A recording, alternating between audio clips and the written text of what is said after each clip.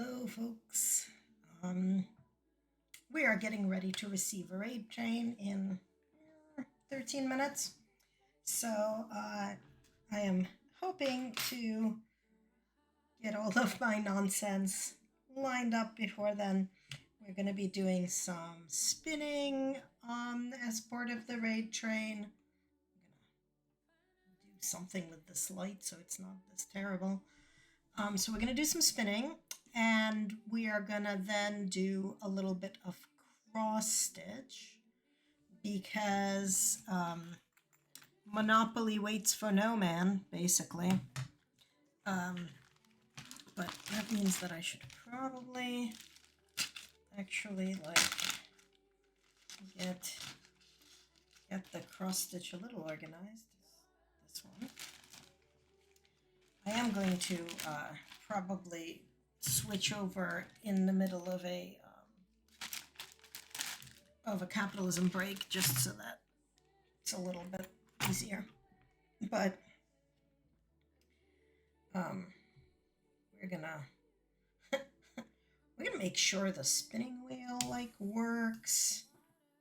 For example, only will work if I turn the battery on, and not so much if I don't. So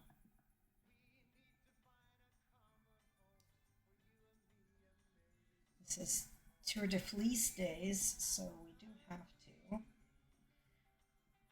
get our spinning in, which is why we're going to be starting with spinning, but I do need to make sure that my buttons work. So let's see. We have a train schedule button. That works. We have a loose ends button. That works. We have our normal pronouns button and support button.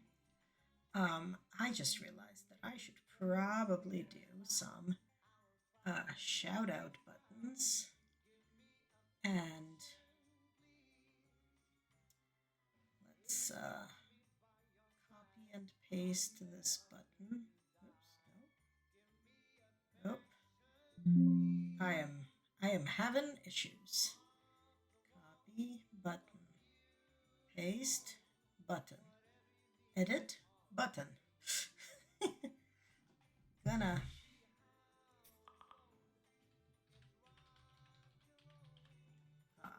just gonna do the prep here while we are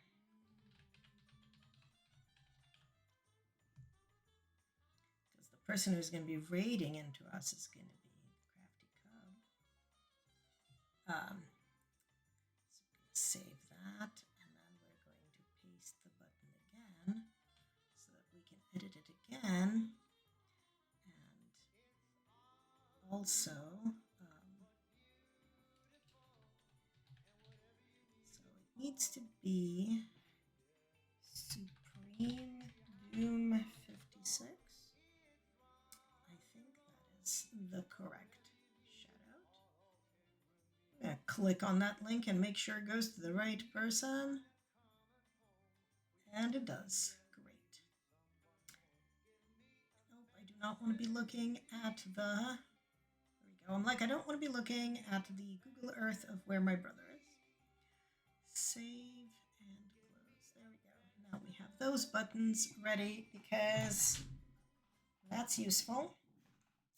And we do not have to have ads for like 55 minutes. So when the train starts, it'll be like 45 minutes, but that's good. And keeping an eye on the person before us. But this this particular raid train is like, you know, it focuses on being like a summer world tour. And I do not like have any idea how to advertise my state these days. But like maybe I should go find a Visit Massachusetts thing or something. You know what? No. That is like way more jingoism than I'm willing to show. As I'm like watching Cub play a Welcome to Maryland video, and I'm just like, no. We are in a place of politics where I cannot in good conscience tell anybody to come visit the US. So if you're already in the US, I guess you can come to Massachusetts. We don't suck. But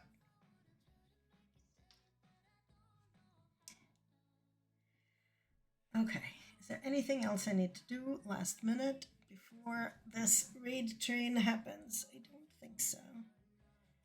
Should check my messages on my phone to make sure that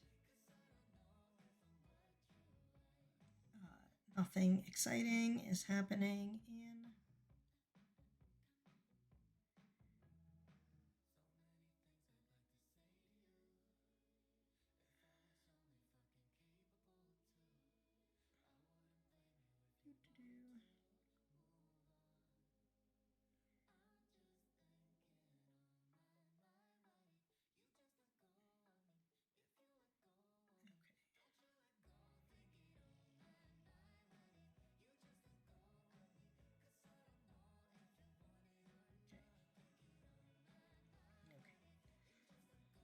ready.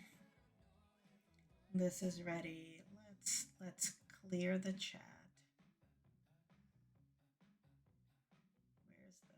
Where's the clear chat command? Clear my chat.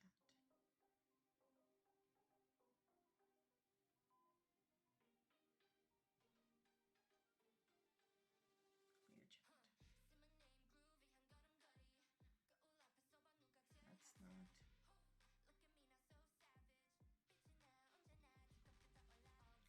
That's not. That's fine.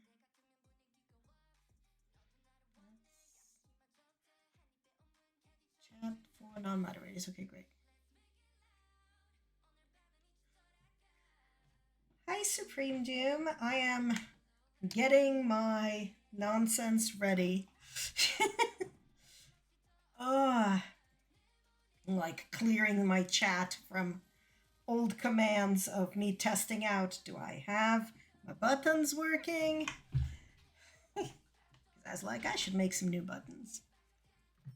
And I was just saying, I'm keeping an eye on Cub's stream, and he's like playing a video of Maryland, and I'm like, do I really want to play a video of Massachusetts?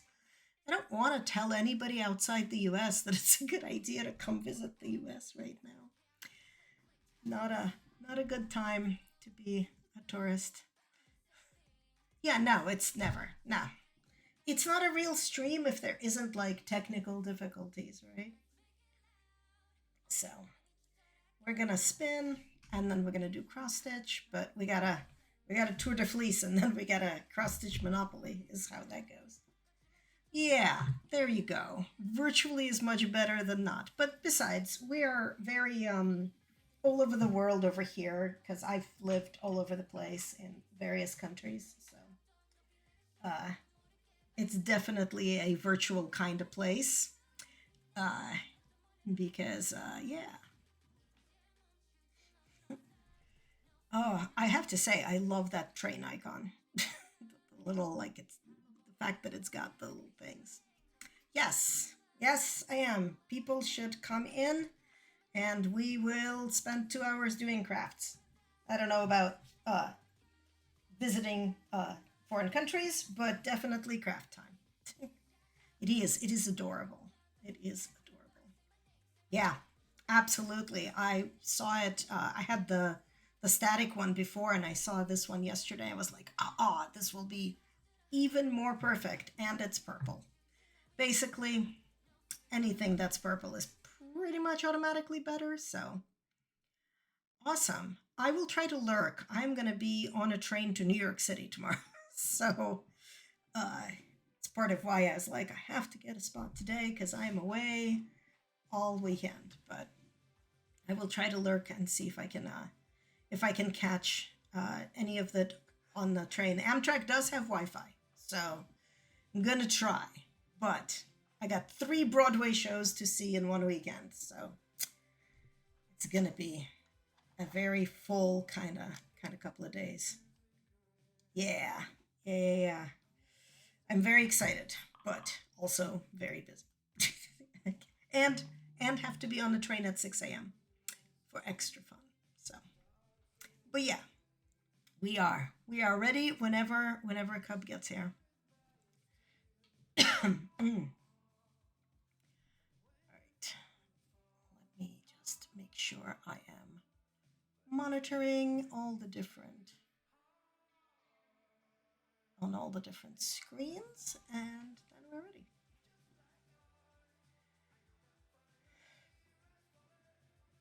Anyway, oh, I don't know if people can actually hear the desktop music like at all.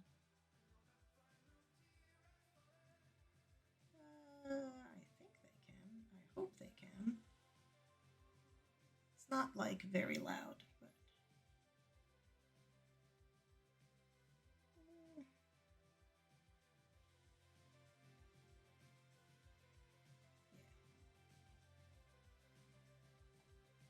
That's not the window I want. That's the window I want.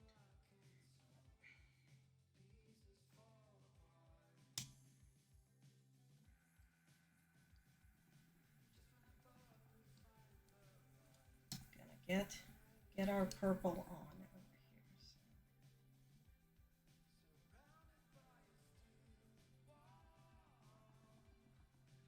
And this is merino silk and bamboo, so this kind of like spins up like a dream, basically. So.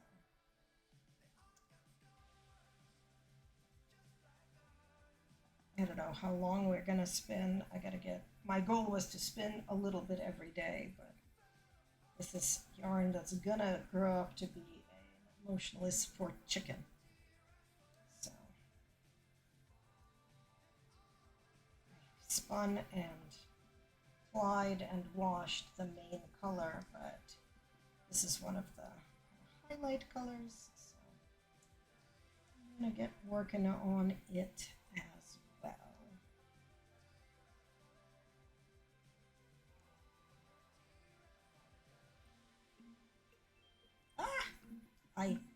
I sense a train. I better stop this before I mess everything up with it. Hello, welcome readers. Welcome, welcome. Oh my God, so many people. I am going to not notice everybody's name. I'm sorry. Let me scroll up over here.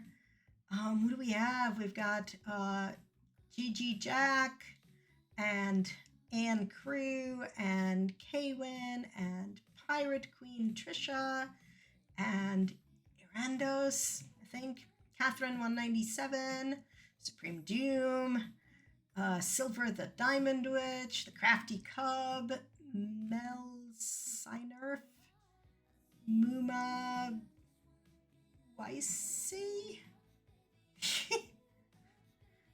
I am failing to catch all the names, but I do have buttons. I have button for shouting out. Crafty Cub, thank you for driving the train over here from Maryland to Massachusetts. We are, yes, so welcome to the Commonwealth of Massachusetts, just not a state. I have thought about like doing a video or doing something, and then I was like, yeah, you know, I know, right? Super high-speed train. I feel like we're in Japan, the speed of the train. But yeah, I was gonna, I thought about doing videos and stuff, but, you know, if you're not already in the US, now is not a great time to go to the US. So, welcome virtually. That's the best way to visit right now. And yeah, we're doing a little bit of everything, and this place is a little bit of everything because I'm living here in Massachusetts now. I was living in Connecticut and New York before that. I was living in Russia, and it was so long ago that it was actually the Soviet Union. And that's where I grew up and was a kid until 1989. So, like I said, we're a little bit of everything, and we do a little bit of travel here. So, welcome. We are doing some spinning for Tour de Fleece today because, well, the bicyclists are bicycling, and that's too much sports for me. So I spin instead. So I've got this lovely fiber from Greenwood Fiberworks. This is a merino silk, and I think this is camel. Yeah, this is merino silk and camel. Yeah, it is. There's a lot of folks who are doing that, and over in Cub's stream earlier, I was like, oh, apparently there is a tour de weave, which I didn't know about, but I also weave, so it will be fun. But I was thinking that what we will do today is a little bit of spinning because it's Tour de Fleece, and then switch to a little bit of cross stitch because cross stitch Monopoly is a harsh mistress, and yeah, I love this color. So I did not think to bring the main colorway over. It's in my walk-in closet, but I'll bring it. I think when we have a little bit of capitalism. But this is a part of a subscription box, so it came with 4 ounces of this kind of like lovely variegated, and then 2 ounces of this purple and 2 ounces of this very bright yellow. And thank you for all the follows, folks. Yes, go de-stream, Cub. You've been on for a while. Take care of yourself. Self-care is the best kind of care. But yeah, so it came with this one and a yellow one, and what I'm going to do is I'm going to be turning it into an emotional support chicken, because that pattern is really a lot of fun. So it is mesmerizing to watch. It's also a little bit mesmerizing to do. One of the things that's true about this, so this is an electric spinning wheel. As you can see, I control it with, a button as opposed to with pedaling with my feet. thing that you can't see, but I'm going to bring this up so you can, is you can see that this is moving on its own. That's because there are two AAA batteries inside here, and that makes this go back and forth, which makes this go evenly on here, so I don't have to stop, which means that it's even more mesmerizing, right? Well, it's not that it's never ending, right? It's eventually I will run out of fiber and then it will end. Um, but the way it works is that this thing spins and that twists the fiber. And twisting the fiber makes it kind of stay together. The reason this works is that, so this is, like I said, this is merino, which is a type of sheep, and silk, hello, and silk and camel. But animal fiber has like these little burrs on it. It's why, thank you for the follow. It's why felting works when you want it, and also when you don't want it, when you wash a sweater or whatever. And why hair dreads, right? Because human hair is an animal fiber. Oh, yay! Ooh, we just hit 400 followers. Awesome, thanks, folks. But yeah, so those little burrs on the fiber kind of grab onto each other so that the strands don't want to let go. And spinning them together makes them extra hold on to each other. And what we end up with is called a single because it's one strand.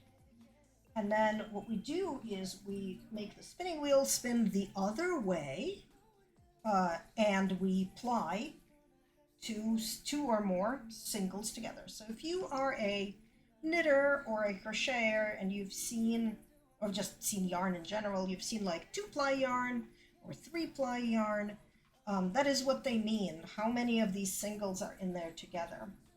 What I'm going to actually do with this is something called a chain ply, where instead of taking 2 strands and plying them together, I am going to do basically a chain, like a giant crochet chain, with this one strand while spinning it, which really makes it be a 3-ply yarn because there's kind of 2 strands from the loop and the strand that is being pulled through it in the chain.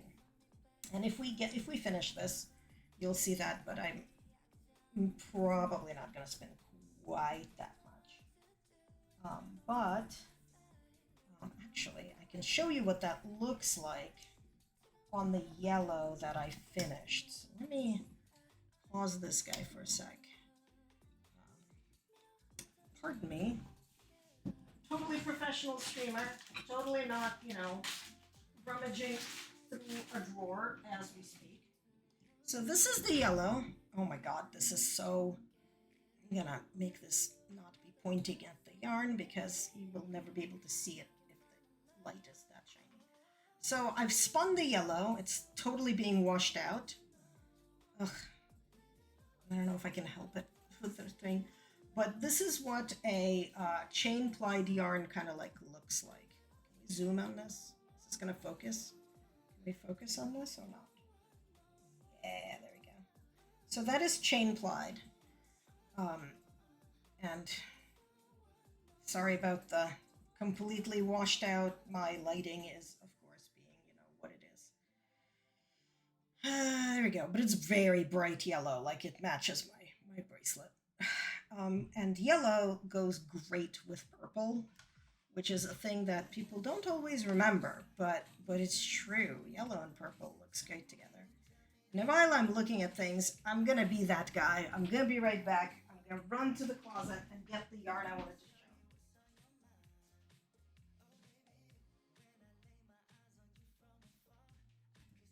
It was hanging to dry, so that's why it's not even in a hank yet. But it's this like lovely variegated. So this is going to be the body of that chicken. Yep. People just never like remember to think about it, but they really totally are. They're very complimentary. But yeah, so here's a skein of that. So that this is the 4 ounces of that variegated. And the way it was done is something called a fractal spin. So basically, I took the full length of the thing, of the roving, I split it in half, and one half I left as is, and the other half I split like into 6 really thin bits. So when I was plying this, and this is a standard double ply, one ply was like a very long color gradient, and the other one was a lot of very repeating gradient bits, which is why it's called a fractal. So it created a very nice kind of variegated fiber. I'm pretty happy with it. It's got like some greens and pinks in there, and various shades of light purple. And like I said, it was paired together with the bright yellow and the bright purple. So that skein is going to be the body of the chicken, and then the purple and the yellow are going to be the accents. Kind of like once it grows up, the yellow needs to get wound off the bobbin and wet set still, and obviously the purple needs to be finished, but that will be done once I am back from my trip this weekend. I am later tonight. Well, okay, at 5 a.m. I'm driving to the train stop, so I'm not planning on going to sleep. So it's technically later tonight, but I'm gonna get on a real Amtrak Acela train and go to New York City to see Broadway shows. So going to be a lot of travel happening. But I got distracted when the train arrived. I was like not so distracted that I forgot to shout out Cub, but I forgot to shout out Supreme, who is the organizer of this awesome raid train, which has been going on for I think we're in day 3, and it's going to be going on for another couple of days.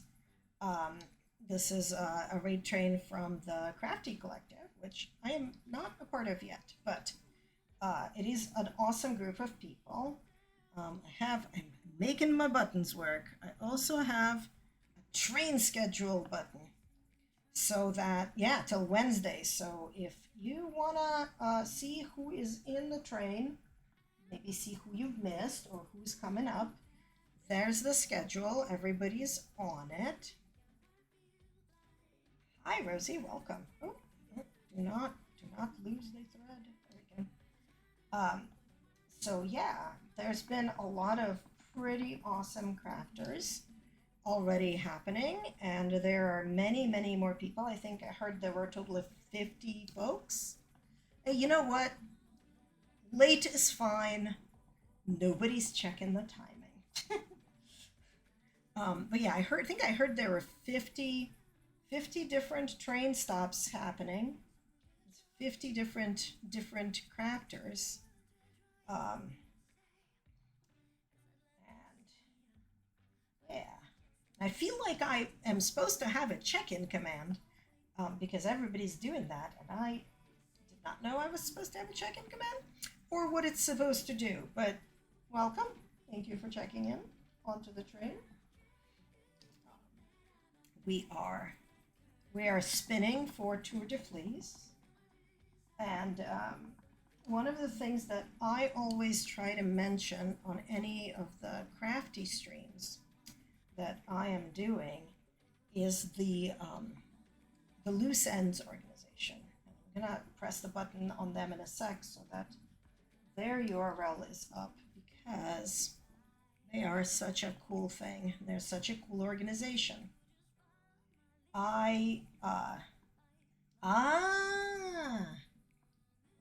Oh, cool.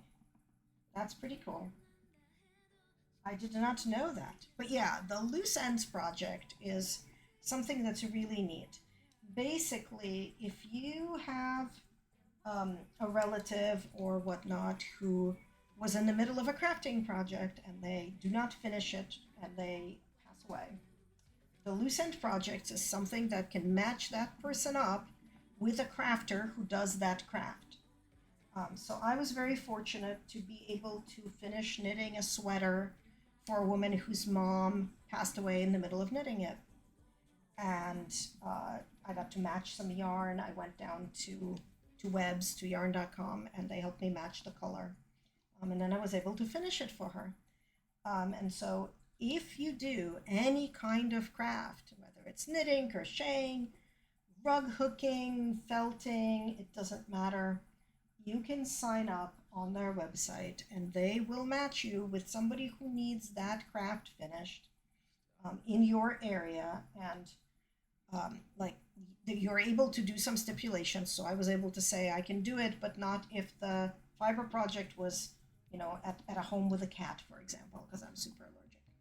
So it's a really, really cool project. It's a really neat idea. So I want to make sure that I always mention it because it's not super well known. But yeah, Loose Ends project is pretty cool stuff. I think they've been around for a bunch of years now. So very, very neat stuff. Yeah, let's see what else. Oh, thank you for following. Yeah, we are. Yeah, so they will. So I was talking about the Loose End project where they will. They have projects for basically all crafts. So whatever craft people do, there's room for it there. I know that I read an article of somebody who in fact was doing um, latchwork rugs and was able to finish one that somebody's mom started and was not able to finish. So again, very cool stuff. Meanwhile, here in Vulcanland, which is, what happens when you mix Star Trek with me talking. We do all kinds of crafts. We spin, we weave, although the weaving is a little difficult to get on stream. Knit, crochet. I can now say that because I've now done 7 different crochet projects, and I'm in the middle of a shawl, and it is not sucking.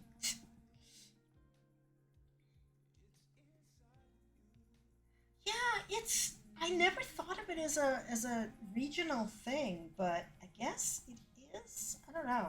I first encountered it because uh, my grandma got me a kit from like the discount savers kind of store. So for like this little rug when I was in school, um, which I made and it was cute. But yeah, let's see. I say, oh yeah, we cross stitch. We do some needle felting. Um, do some journaling, and we also do some diamond painting, and we play with video games sometimes. Usually cozy games, lots of fake farming, because what better way to procrastinate from doing your real chores than by doing pretend fake chores in a game, right?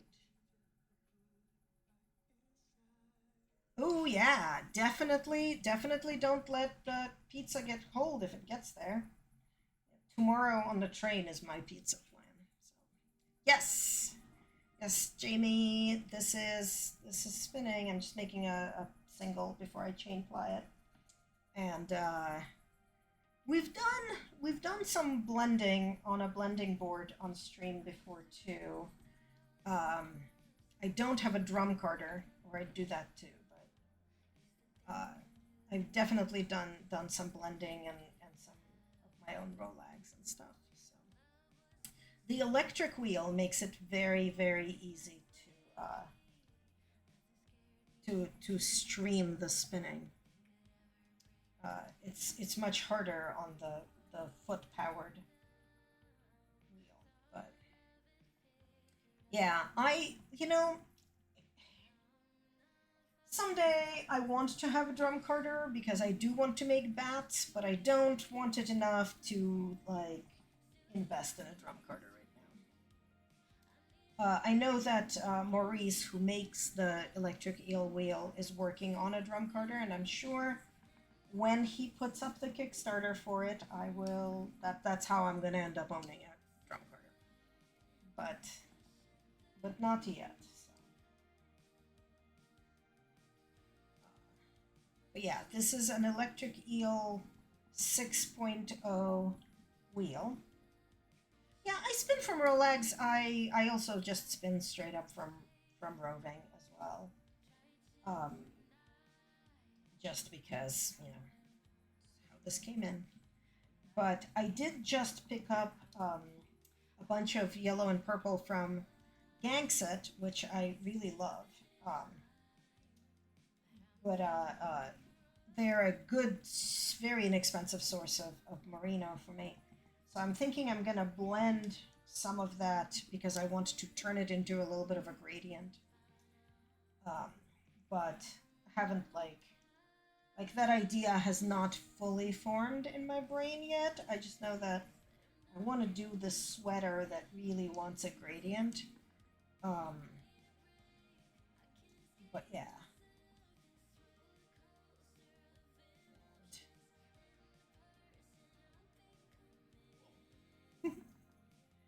But yeah, for anybody who spins or wants fiber for various other things, Gangset is pretty cool. They sell a lot of macrame supplies, but they sell straight up merino, very soft, in these 3.5 ounce uh, chunks for about $10. And oh, thank you for the biddies. We appreciate it. But yeah, so they're a cool source of fiber for me. The other thing I recently got because my friend Sleeping Luna Designs introduced me to it. It's on Amazon. It's like merino with reclaimed sari silk in it, which looks really cool. I don't know how it will spin up, but it looks cool. Do I have it handy to show? Because it looks real cool. Stop. Stop. I think it's reasonably handy. Yeah. I'm trying to sell my house, so all of the things that are usually close at hand are like put away because it has to look like no one lives here. So this is like a black merino with this reclaimed sari silk in it, which kind of looks a little bit like a weird galaxy sort of thing. I'm very excited to try spinning it. I don't know how it's going to go because I've only spun with silk that is much more blended in than this. Um, and this is not like super blended in, but it will be, I am sure, fine. Ooh, I have tried the Turkish spindle, but I have the same problem with it that I have with basically all drop spindles because the operative word becomes drop. And oh, come on, do not do this to me, fiber. Do not become weird and fat in the middle. Thank you. So I'm just like always super paranoid about dropping the spindle and losing the spin on it. Which, I'm sure if I did enough practice would not be an issue, but have not done it. I've done like supported spindle for silk straight off the cocoon, but hi, I'm gonna try to pronounce your name. Zalera, maybe? Not entirely sure. Sorry if I said that incorrectly. This is an electric eel 6.0.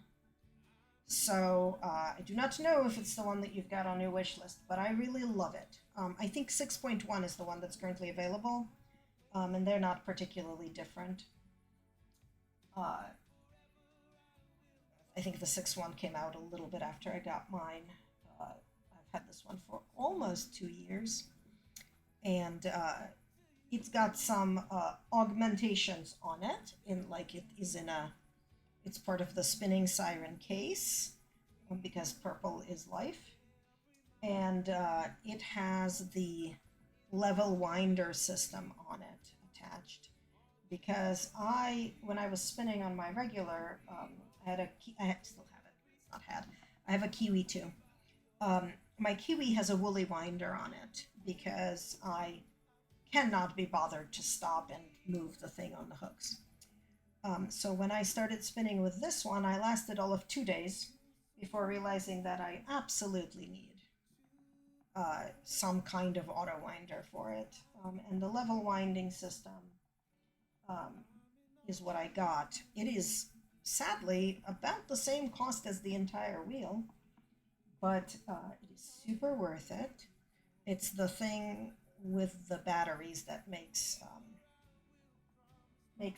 the little rings go up and down on the flyer, and evenly wind my bobbin, and makes me not have to stop basically ever, which is a blessing and a curse, right? Because if you have to stop to move the strands, move the hooks, and all of that, you take breaks. And if you don't have to stop, then you don't take breaks. To be fair, before I had the level winding system, I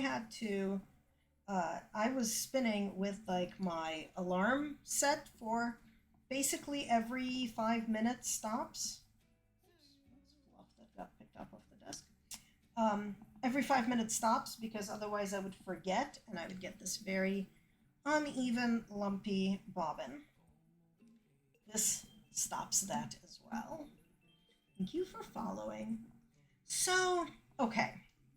The woolly winder does not exist for this wheel. But more importantly, actually, so the woolly winder relies on gears, right? And you have to have their bobbins, which are, for, at least for my Kiwi, were like $60 a pop.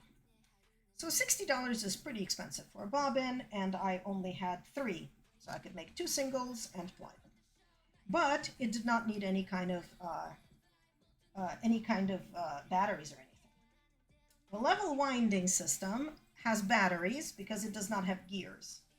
What that means is that the flyer is a little heavier, but with the base from Spinning Siren, I don't need to use the plate it comes with. And obviously it means that I have to have AAA batteries available. But also it means I can use any bobbin I want. And I get my bobbins, so, the one that's on the wheel right now came with the wheel.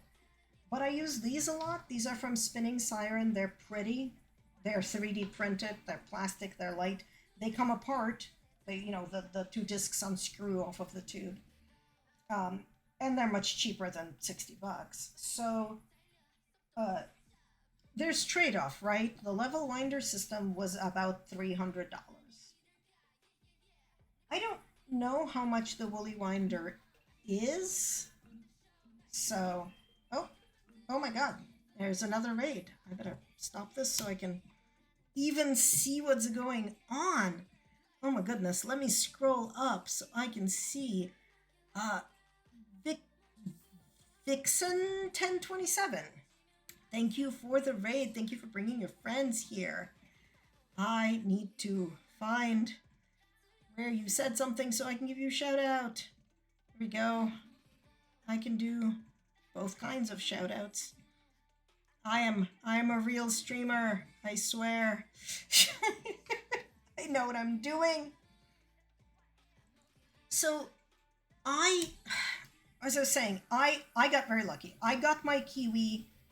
Somebody on Ravelry basically said my grandma passed away and she had 5 spinning wheels and I don't need all 5. And you can have this Kiwi wheel for $200 if you drive to Connecticut to pick it up. And I'm like, it's 45 minutes away. I am getting in the car.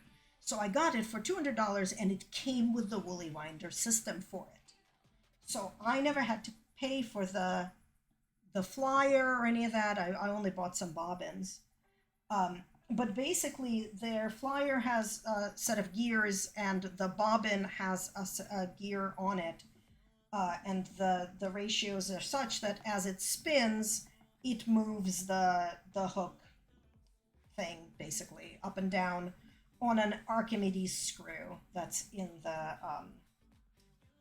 the flyer, right? So on this guy, there's the same thing, right? There's a screw that's inside here. That this guy, this guy is stationary and this guy is moving, and you can see him moving. Nope, you can't because it's off screen. You can see him moving a little bit there. And that's again because there are basically batteries inside this tube. No, please go take care of yourself. Go de-stream. Absolutely. Thank you for the raid. Thank you for coming. Welcome to the Crafty Collective, second ever, I don't know, second Summer World Raid Train Tour. I can say things. So I got the advice of learning to spin with a drop spindle. And so I did that briefly, and I hated it, and I was bad at it, and I dropped the spindle, and I couldn't maintain the spin, and I was like, I am never going to spin. I am so bad at this. And then I got a wheel, my very first one. I got the Babe. It was made out of PVC pipes. It was like $99. And I was like, oh, this is so much easier than... yeah, right? I keep wanting to say second annual too. I don't know. That's up to Supreme Doom. Yeah, it was extra hard. And the thing is, the wheel wasn't super easy for me either because I have this problem. If my feet need to do something different than my hands, like at a different rhythm, if I need to stomp my feet to one rhythm and clap my hands to another, it is not happening. It is not happening. I do not have that kind of isolation ability or that kind of coordination. So I could do the spinning. I spun on my treadle wheel just fine, but it wasn't easy. I had to focus on it. I couldn't say do it and watch a TV show I've not seen before, let alone anything else. This fixes all those problems for me, right? It takes, well, and also I injured my foot and then had some arthritis, and the flexing of the foot, I couldn't do very easily anymore. This solved this problem. It takes the feet out of the equation. I don't have to pedal anything. It sits on my desk or anywhere else. I have taken it on flights. It's a little tight in economy, but I've done it. I did it on a not transatlantic, the other way. I went to Seattle and back, and I spun on the flight. Every single flight attendant came by to see what I was doing. It was great. But it means that I press the button. I use a battery with mine, so it normally plugs into the wall. But I use a Talent Cell battery, and here I can show how that's set up. So this is a case from Spinning Siren. This is the battery. It is in there. It has got a connection, and that connection is basically going to where the normally the outlet plug would be. And then this connection is to this pedal, which is technically a foot pedal, which I've never used as a foot pedal in my life because I just use it with my hand. Yeah, so the electric eel wheel, this one is, I think it's $279. The Nano, which is much tinier, is a little bit under $200. It is by far the least expensive electric wheel ever. They're normally more in the $600 to $700 range. But if you want to learn, the Nano is very good to learn on. And again, like I said, it's like 180 something or 190 something. And it's cute and little. It's about half the size of this one, and the bobbin is about half the size. So these are technically speaking 4-ounce bobbins, and I think the Nano has they're 2-ounce bobbins, which means that You can get about 3 ounces actually on them. Um, and they're they're great.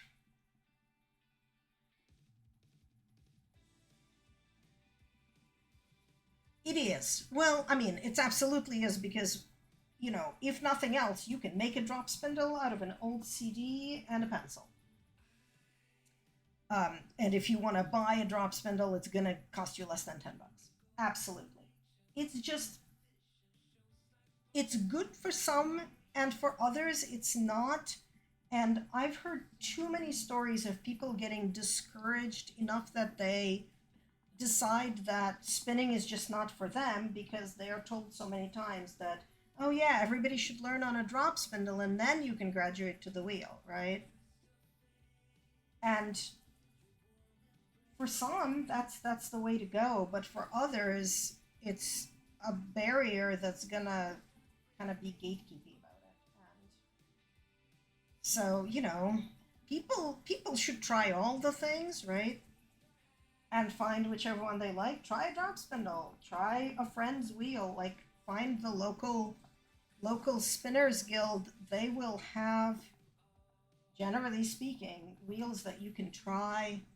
Uh, your local store that sells fiber or wheels often has like a come and try or take a class kind of deal, and that's usually usually pretty good as well. So,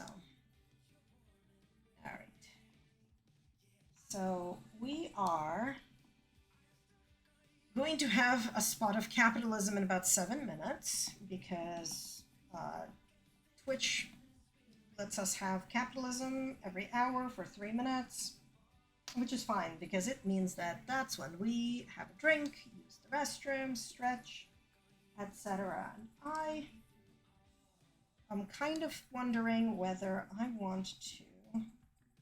I was going to originally switch to cross stitch at the capitalism break because I just wanted to get my bit of Tour de Fleece spinning in today. But I might finish this today, so I might just keep spinning at least until the subsequent capitalism break. You know, have not decided yet, but I have 6 minutes. I do too. Do you do the SCA or something else?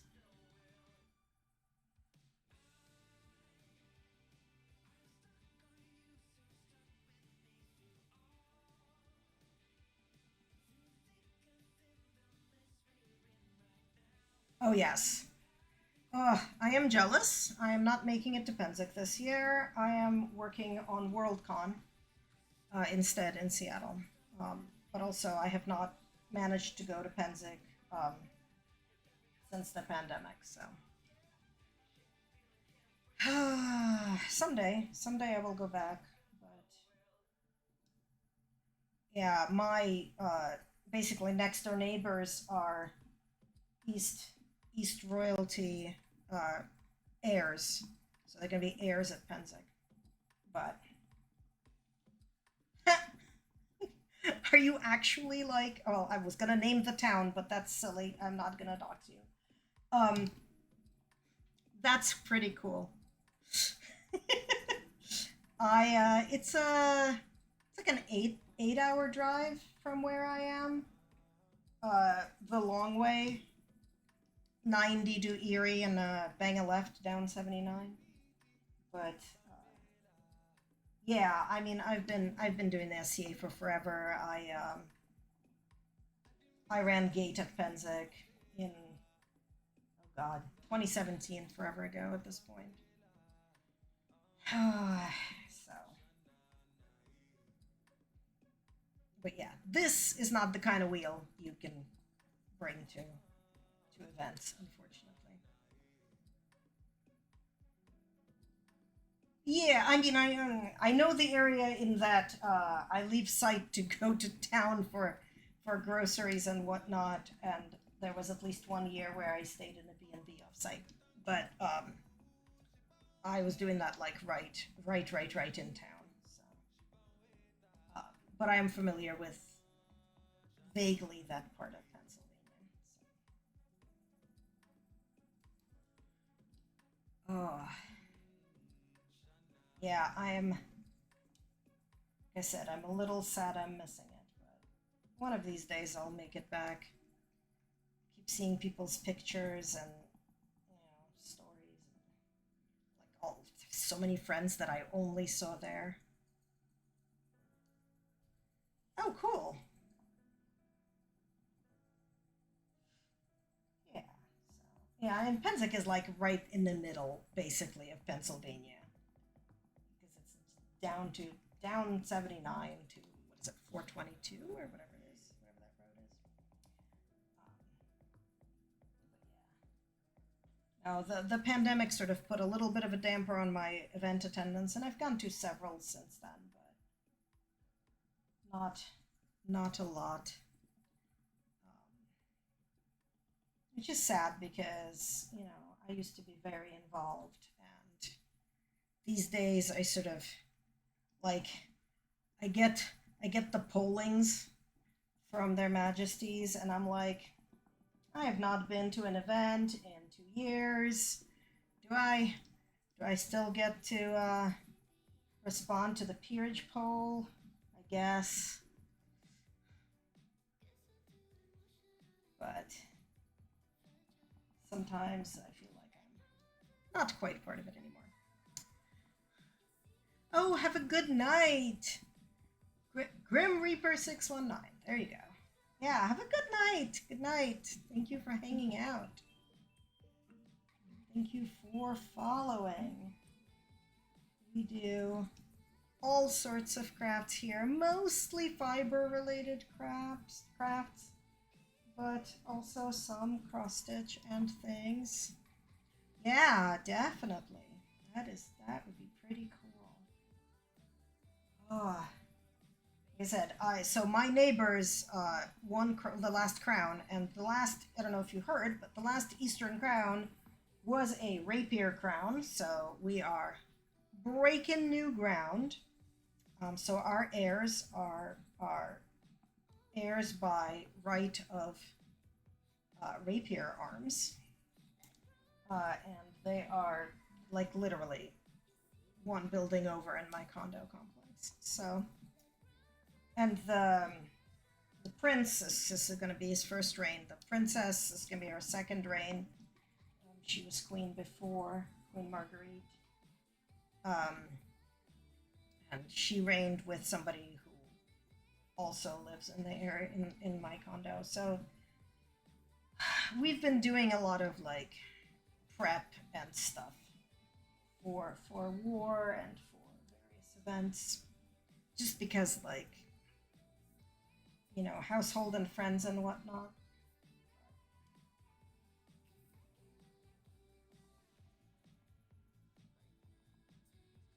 But yeah, I used to tell people that for arts and sciences I do anything to do with string, but otherwise I'm on the service track. Art good enough for a pelican is what they used to say. Oh, all right, we're about to get capitalism, so I'm gonna pause everything and put us into BRB mode, and we'll be back as soon as capitalism is over.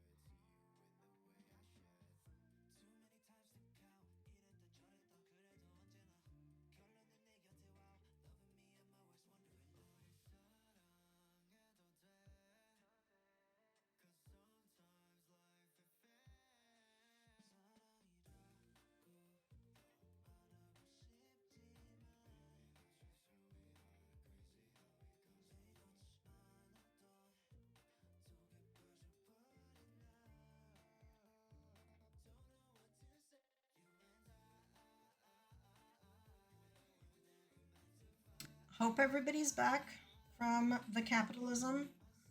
Uh, Sorry about that. I almost missed it because I am a pro or something.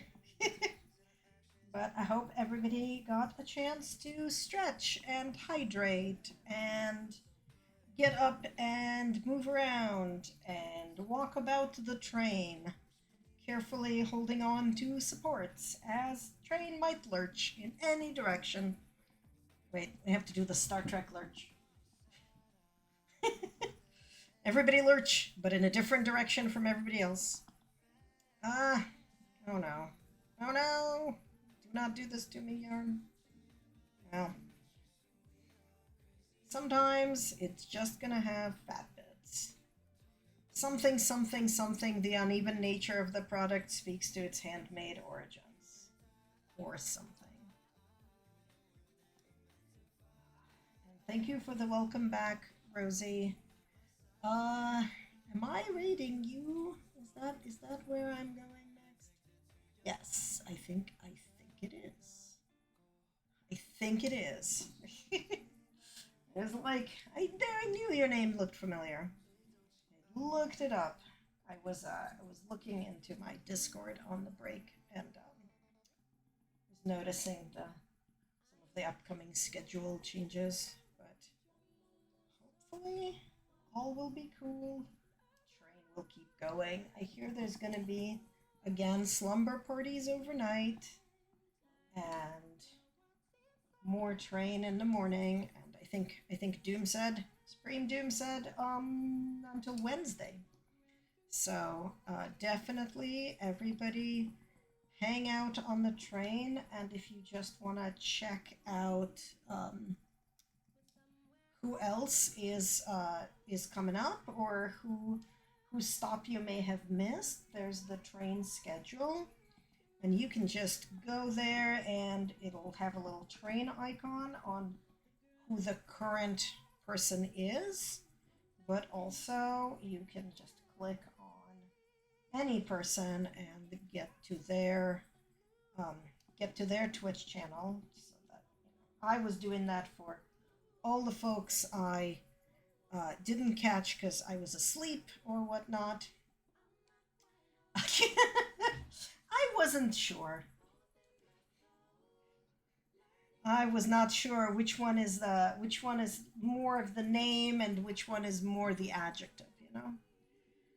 But yeah, so I've been going back to see all the channels of all the folks I missed, so I can follow people, because let me tell you, being part of a crafting raid train is one of the best ways I found to A, end up with new hobbies.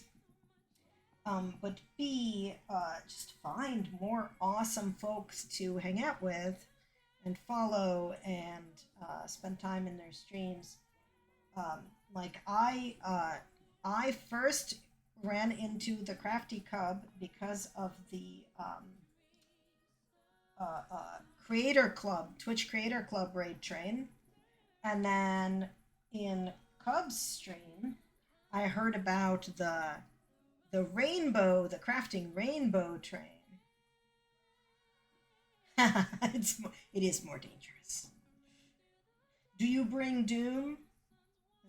Is that why? But yeah, Cub introduced me to the crafting rainbow raid train that that folks from the Crafty Collective ran, and then I was on the Discord because of that. And then I saw about this train. You did hear your name. I was saying that I met you because of the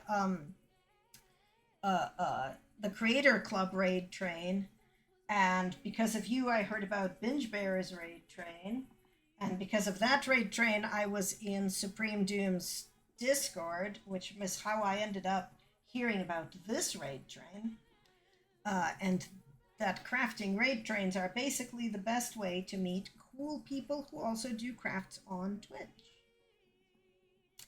I thought not this one, the first one.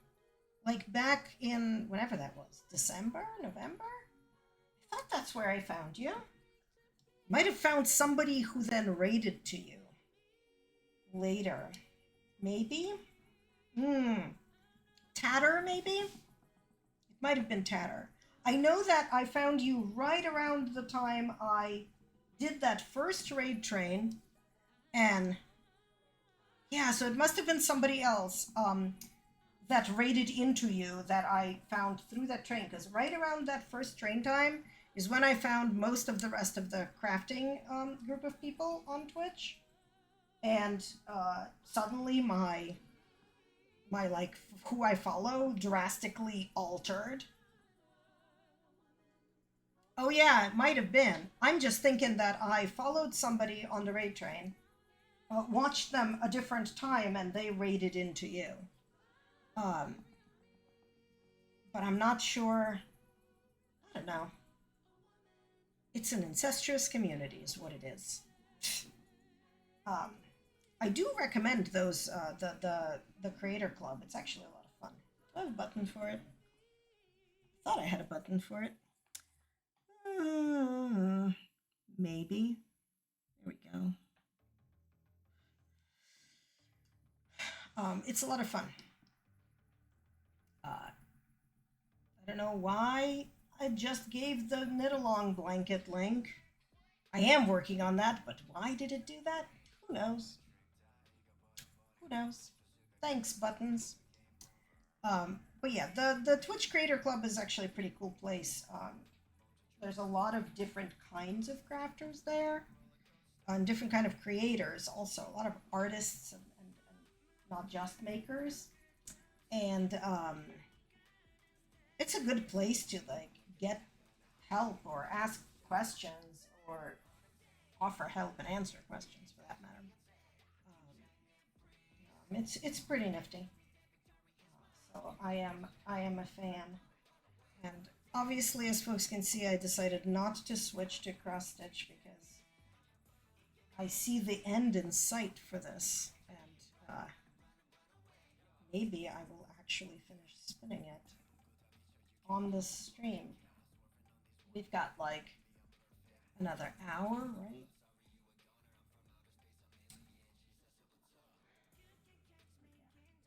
I'm also very excited. I was talking to my friend Liz of Sleeping Luna Designs. We are together doing a class at the Flock Fiber Festival.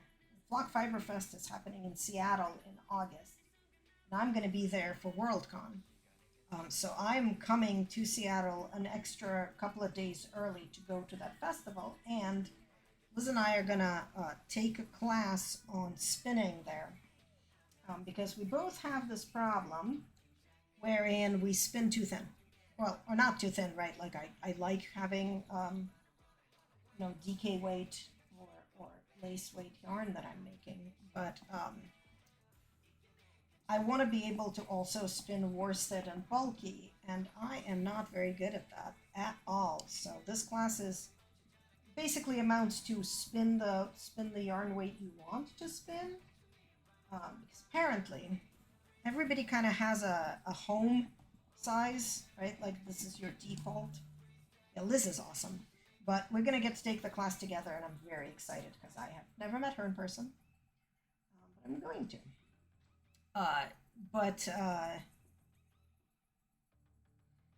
she's how I ended up doing any crafting on stream at all. I used to be a Sims streamer and a gaming streamer like Stardew and Sims and whatever.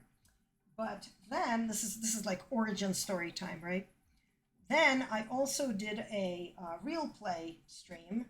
My friend Jason did a 5th edition vampire game for us, and 4 of us were players, and we streamed all the sessions of the game. And one of the people who was in that game was Hedgie Cleric. And fleece to like a sheep to shawl kind of thing is real cool.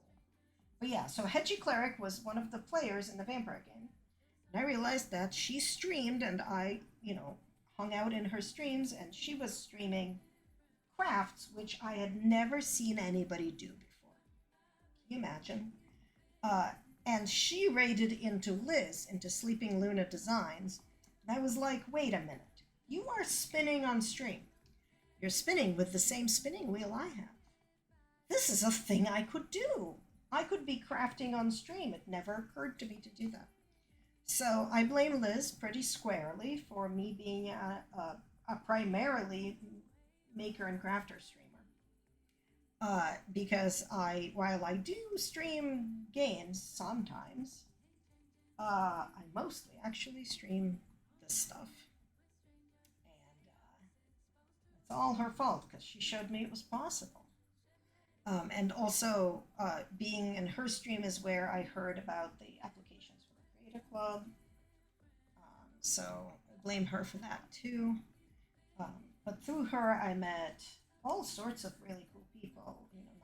9.5 and Zakayla and kind of like all these other folks that and Ian Craft, all these folks that I now like spend time in their streams. Yes, so many enablers. In that first Creator Club raid train, I met Black Sheep Meats and Captain Casa, and that's how I ended up with an attic full of diamond paintings. Because raid trains, crafting raid trains are dangerous, man. You come out with new hobbies. But yeah, lots of enablers there, and influencing happens, as they say. Not only do I blame Sheet for my diamond painting obsession, but I'm currently also blaming her for the thing that is also known as because I hate my eyeballs. I started a cross stitch on a 28 count, which is not bad, black linen. If you know anything about cross stitch on dark fabric is basically terrible, and black linen is like basically it's like saying I hate my eyeballs. But I'm doing it. I'm gonna actually do an experiment with that. I bought some of this paper that people use to like do stabilizing and tracing for embroidery. That dissolves in water. And I'm gonna see if I can, and it's like sticky. I'm gonna see if I can stick that paper, because it's white, on the back of the linen. Because having the white paper just stuck to it is gonna be hopefully very helpful. And then when I wash the final product, it will dissolve out of the way. Or maybe it will be a terrible disaster. We'll see. Just because, like, I could get my backlight out that I have for diamond painting, and that would probably help, but it makes it super not portable. And I put like a white piece of paper on the desk, right? And it does help, but not enough. Like, not enough. I don't know what I was thinking. I think I was dumb, is what I think I was. But I'm gonna try the trick with the paper. I don't know if it'll work. I could not find anything definitive like on the internet about it. But if it works, you better believe I am making a YouTube video and posting it so that the next person who searches will find that at least someone tried it and maybe it didn't suck. Or even if it does suck, I might do it anyway so that people know that it's not the solution that it seems like it ought to be. But we'll see. It has been a pain in my eyeballs with a lot of cursing. I did not think that anything in cross stitching would make me curse more than using metallic thread, which metallic thread is basically how one learns to say many creative new curse words. This black linen is worse. At least I wasn't dumb enough to do the 36 count. I thought about it. I was like, nah, I'll just go with 28. That's not bad. should have gone with Ada, 14 count Ada, with nice big holes that you can see easily and find with the needle tip. No, I did not think to do that.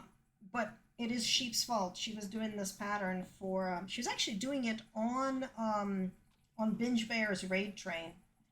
Because it's like a cute little teacup with a rainbow, like a rainbow steam coming out of it, and that pattern, which was like, I was wondering why it was so expensive. It was like $12 on Etsy, but it has the patterns for basically like 10 different pride flags. So I got all of the supplies to do like the little ace flag on the teacup because I had to, but definitely a problem. So the thing is, right? So you mentioned 16, right? So like 14 count Ada is 28 count linen. So because you do two, you skip basically every other hole in every direction kind of deal because it's linen. So 16 count would be whatever the hell 16 plus 16 is. Math is hard. Hang on, I can do math. 32. Yeah, be 32. So that is about, yeah, 32 is about as fine as I can do, and I don't do over one on linen. I refuse to. I do every other, so that but it does make it easier to do like quarter stitches and stuff because there's that center hole and all that stuff. But because I've started putting my own patterns on Etsy, I've been doing a lot of cross stitch on 14 count Ada because like that's the sort of default demo, and I want to have actual photos of my actual like finished cross stitches before I try to sell the pattern. So I've been doing lots and lots of 14 count designs, but mine are very small, right? Because they're all like little cute sayings, so they're very small like patterns. But the cross stitch monopoly has been helping me immensely in getting them done because it just, its job is to make you work on your works in progress. And right now, I have to do 300 stitches on one project and 600 stitches on another. And the one that's 600 stitches is I have a Mirabilia pattern. It's called Waiting for Ships. It's this gorgeous mermaid full of beads and stuff. And I had put that, like I did some work on it and I put it aside, I kid you not, 17 years ago. 17. And, it was in a box, airtight, dark. Pulled it out, it's all good. Even where I, stupidly stuck the needle through the linen, it didn't like rust through or anything because thank goodness I had used a gold-plated needle. But yeah, I just picked that back up, and that's the one I was doing the metallic thread on, cursing it left, right, and center. Obviously the beads are going to be last, but it is a gorgeous pattern. Mirabilia does not make bad patterns, but it is like, I don't know, 30,000 stitches total. So never mind the 17-year break. I don't know how many years it's going to take me to actually do it. But it is, it's pretty cool. I think I have a picture of what it's going to look like. Yeah, that's what it's gonna look like, that mermaid. when done, and all of those like beads, the pearls that she's clutching, and like the seashells, and stars and stuff, those are all beads. And uh, I have so I have the fin of her tail done, and I'm kind of like working on the thing, uh, but yeah, and I've got a couple of other Mirabilias waiting that I have all of the supplies for. I unfortunately discovered that if you go to 123 Stitch and you find a pattern, which Waiting for Ships is super out of print, but if you find a pattern that they have, there's a one button click that says, oh yeah, just add everything I need for this pattern into my shopping cart. One click, all those beads, all those threads, all the fabric, everything. So, yeah, it's it's uh, it's a danger to my wallet, is what it is. But I do love doing it, so someday it will be done and get framed, and it'll be on the wall. But for now, I work on it eternally, and at the same time work on my tiny little other uh, patterns, which are like 1,000 stitches or 600 stitches total. Um, and then that you know kind of makes me feel like I'm a little bit accomplishing something, because when you're working on a big project, sometimes it doesn't really feel like you're necessarily making progress as much as when you kind of like finish something. So having little side projects is pretty nice. But yeah, we are definitely going to finish this purple today. I can't apply it today. I need to let it rest until at least, well, I was going to say until at least tomorrow, but tomorrow I'm in New York, so Monday is when I'm going to apply it. Maybe I'll stream that. But after that, I have to get on spinning the yarn for the sweater. So I'm knitting a sweater. Do I have a picture of the sweater? Oh, not that one. This one? Yeah. So I'm knitting that sweater. And the part that's gray in the picture is light blue, and the part that's black in the picture is a nice deep, like, burgundy purple. And I'm spinning all the yarn. And I'm not done spinning all the yarn, so like I don't have all of the yarn spun.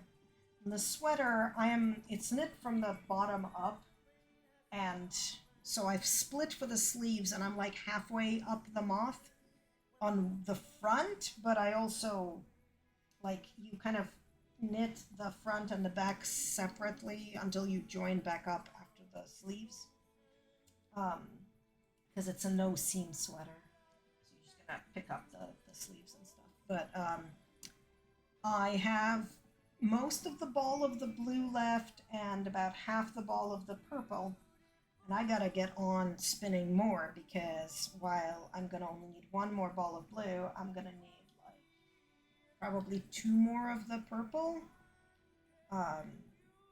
And I'm using the Gangset yarn for that, or Gangset fiber rather, which again I do recommend for anybody who spins. It's lovely.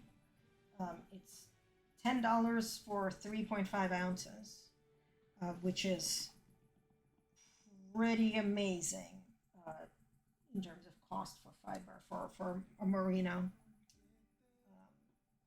And it's a nice, soft, long staple too, so it's pretty easy to spin. So again, I highly recommend it. But yeah, it's like I have like these random pictures of all of my current projects, so that normally I just turn on whichever one I'm working on. But right now I'm just like, this is just spinning. I want a picture for it. But yeah, I've got so many projects going. I'm also doing the Baracco 2025 mystery knit along for the blanket, which I am behind on because we're now in July and I need to finish the 2 blocks for June before I even look at the blocks for July. Well, you got time, right? Oh, yeah. After my stream, I gotta go uh, help a friend of mine with something, and then have a D&D game that starts at 10:30 p.m. That's gonna go until about 2:30 or 3 a.m. and then at 4:45 I gotta start driving to the train station. So I think I'm just sleeping on the train rather than trying to catch like an hour and a half of sleep in between D&D and driving. So that's gonna be a good time. It's a like a 4-hour train ride because we're not on the actual Acela. We're on the regional. The regional to New York is it's about 4 hours and 10 minutes from over here. So gonna be a chance to get a nap in and also some crafts in on the train there and the train back.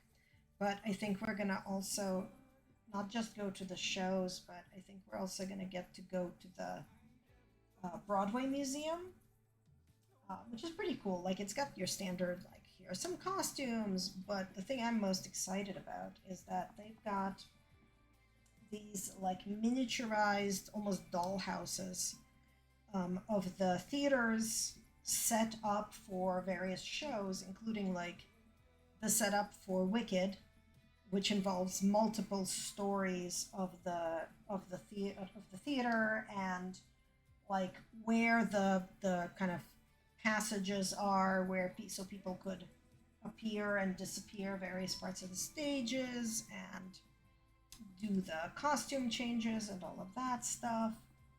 So very very excited about that. I have not gone to the Broadway Museum yet, um, but I'm hoping we get a chance to go. We're certainly planning to. And we're also going to go to a place, I think Sunday morning, called Alice's Teacup, which is kind of like a Alice in Wonderland themed tea room with like all the fancy tea with like the sandwiches and the scones and 100 different actual tea flavors to choose from. And I'm very excited about that because I am a tea snob. I don't do coffee. I do tea, and I'm very excited. Yeah, check out it's called Alice's Teacup. There's I think 2 locations in New York City, which doesn't help you any unless you visit, which you should. But they also have a cookbook for their scones and stuff. And I've made the pumpkin scones from that cookbook, and they are very cool. Um, but yeah, it's one of my favorite like tea houses.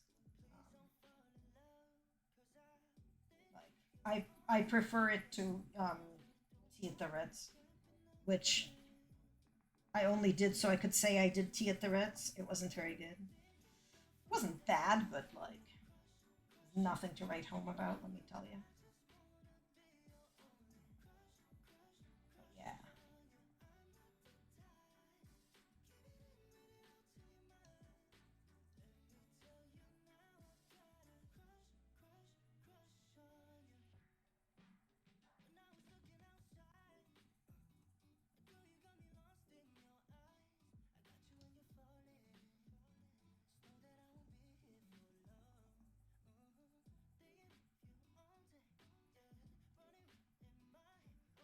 Oh, I don't even remember what I was talking about. Tea, I think. Which reminds me, everybody should hydrate. Including me.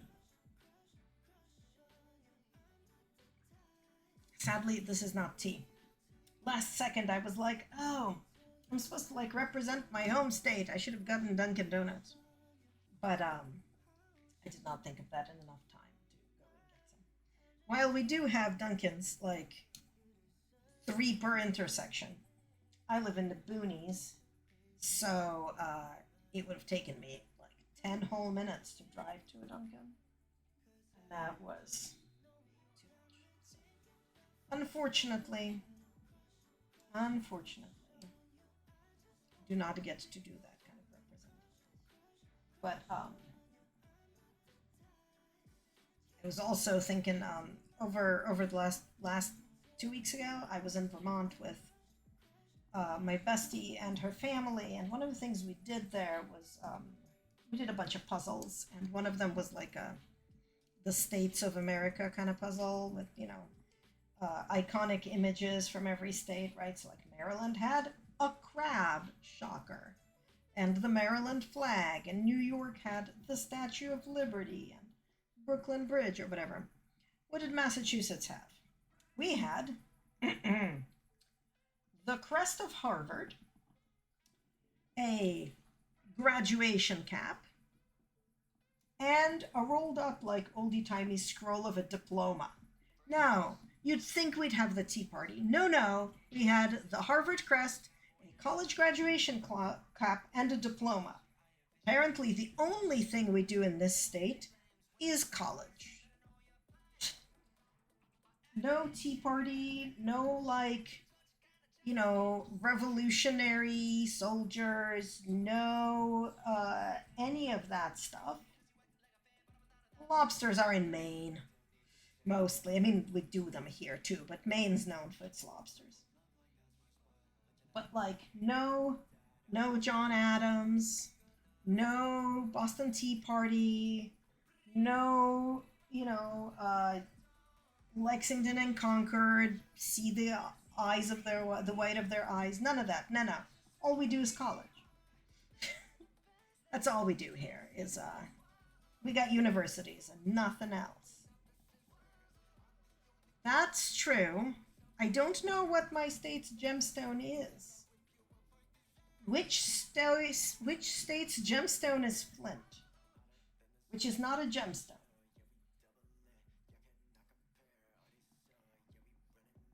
Like, don't get me wrong, Flint's wicked important, but rhodonite. I think that would be like Rhode Island. Um, is rhodonite one of the pink ones? I am so bad at gemstones.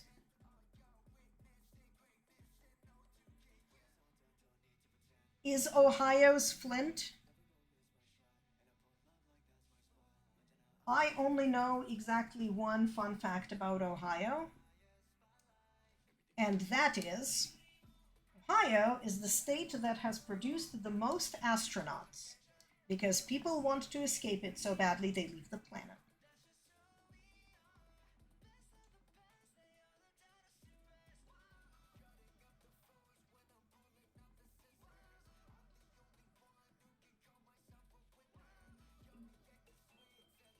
Toxin Riverstone. Yeah, I mean, I have never lived in Ohio. I'm sure it is lovely, but it has made the most astronauts, followed closely by California, but Ohio wins. I learned this fact because I was working on the Worldcon in 22, which was in Chicago, and the comp chair had asked me to like find out which astronauts were from the Chicago area, which there were some, but it meant that I went and like had to look up basically all the astronauts who'd ever gone to space and where they were born.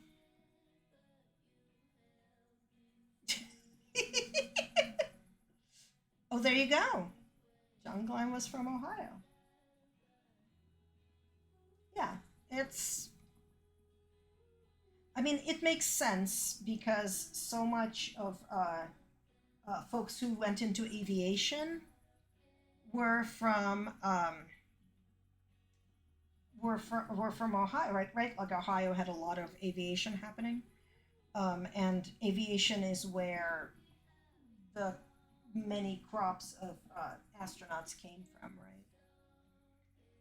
To like a man in uniform. I think talking about men in uniform in general is perfectly family friendly. Just don't go into detail of what it is you want to do with the men in uniform, and then there you fine.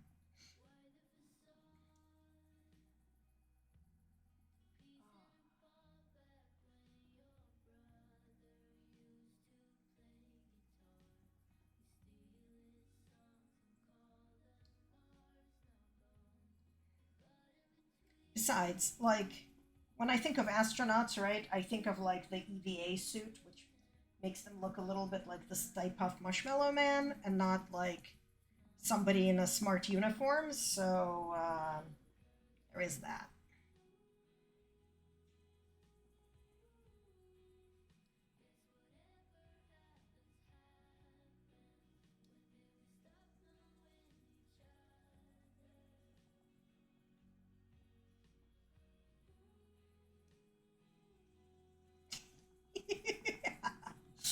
Again, as long as we don't go into specifics, we stay family friendly.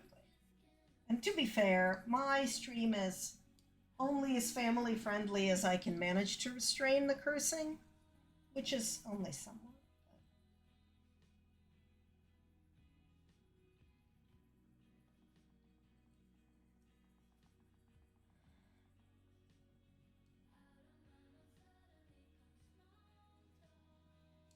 Besides, Supreme Doom, you come from the land of the royal Mounties with their like red jackets and stuff. I have now run out of everything I know about Canadian Mounties, but you know, there are. I mean, I like a woman in uniform too. So there we go.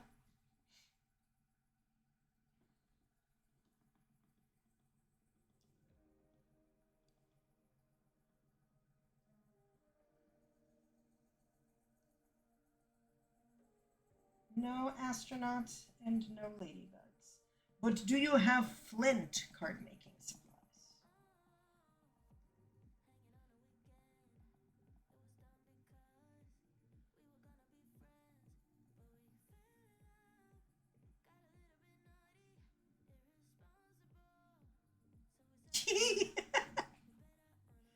Now, is it pictures of flint or is it supplies made of flint? We can. We can totally talk about watching the stars with various astronauts. I am sure that more than one has said to somebody, "Hey, want to come see the stars with me?"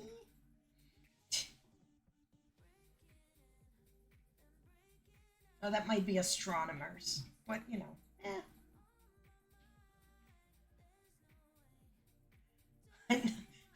Hey, wait, are you saying that Rosie is an imitation Ohioan? Ohioan? That was too many vowels. Fancy Jasper Flint Rock. It's not fake. It's imitation. It's the sincerest form of flattery. She just wants to flatter the real Ohioan Flint.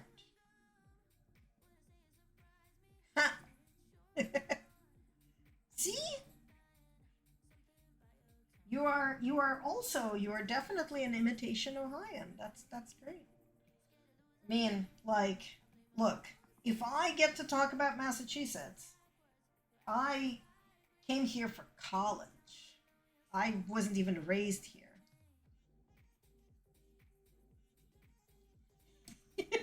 Exactly, right? I was born and raised in the Soviet Union, and then I came to New York. And then I came to Connecticut, and then I came to Massachusetts. And then I stayed.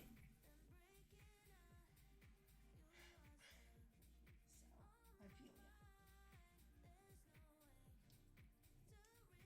you. Everybody gets to be a transplant from somewhere to somewhere. think except Cub, who said that he's been spent his whole life in Maryland, I think, but I'm not sure. I could be making that up, but I think I heard that. I was making dinner while I was hearing that, so take that with a grain of salt.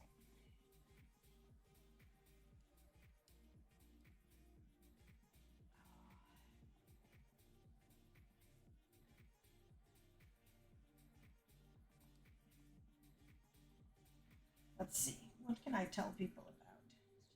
Origin raised in this state. I mean, there is that. Also, there's nothing wrong with being born and living in the state you were born in.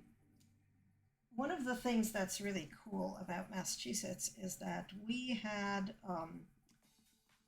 some of the most prolific textile mills in the young Americas.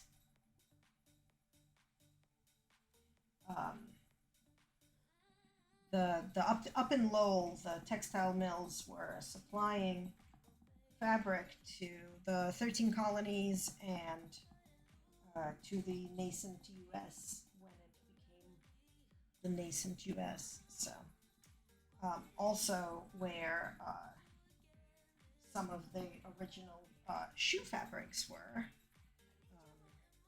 And now I wish I remembered the name of the man who invented the really cool machinery that allowed the shoe fabrics to kind of do it much more mechanically with a lot less labor.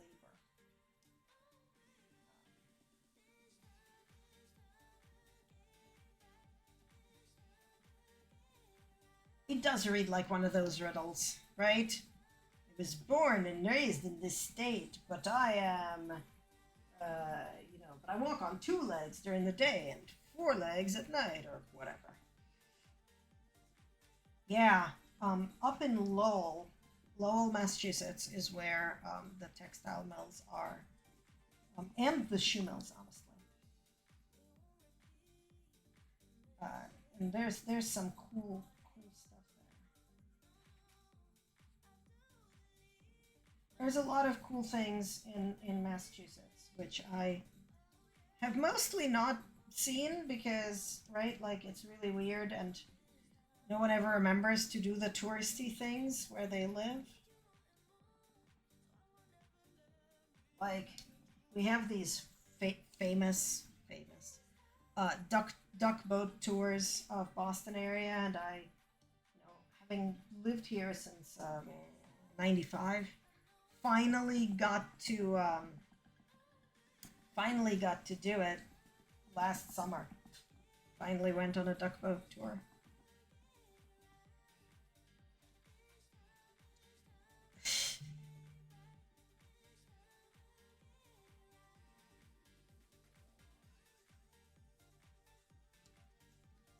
He's not saying women can't be doctors. He's saying doctors can't be mothers, clearly. I don't know. I don't even know what words are coming out of my mouth anymore.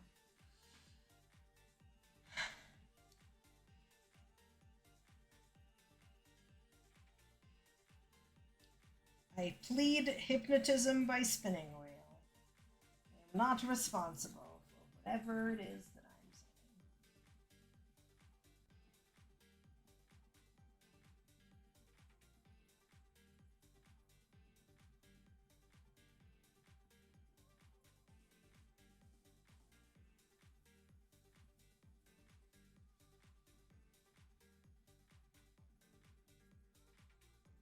Yeah, clearly. At least not like at the exact same time that they are becoming mothers. That is, you know what? I have no idea. I don't even know what I was trying to say there. Oh my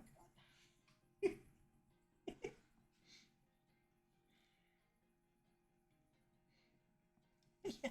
Yes, that's because Cub is not whatever it is that we are being. Weird, silly, something.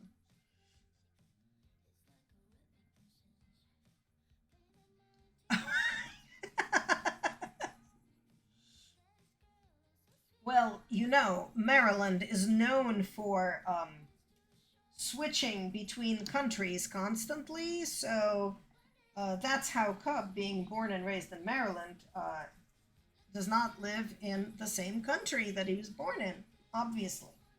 There was that 5 minute time where Maryland was part of Canada, I think, and that was when Cub was born. And then it immediately switched to being back to not part of Canada.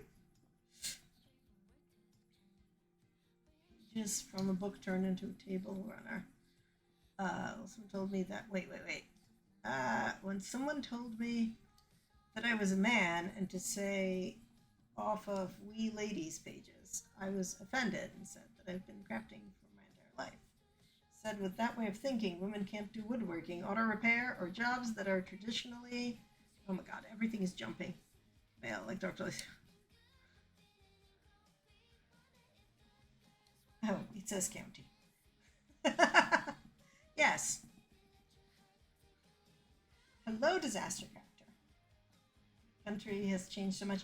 Well, okay, so wasn't there that like a 2 hour window when uh, one building in Canada was part of Denmark because accidentally the crown princess of Denmark was being born there because they were visiting, and uh, the governor of Canada declared the hospital where the Queen of Denmark was having the baby to be part of Denmark for the duration. I don't remember details, and now I sort of wish I remembered the details more better. But someone should look it up. But it was a really cool story because they were on like a royal tour, and she went into labor, and they couldn't have the heir to the heir can't be born not on Danish soil, I think. So it was like, you know, there was a thing. I listen to a lot of fun podcasts. One of the ones I really like is called "Stuff You Missed in History Class," and uh, I learn a lot of random ass things in that podcast.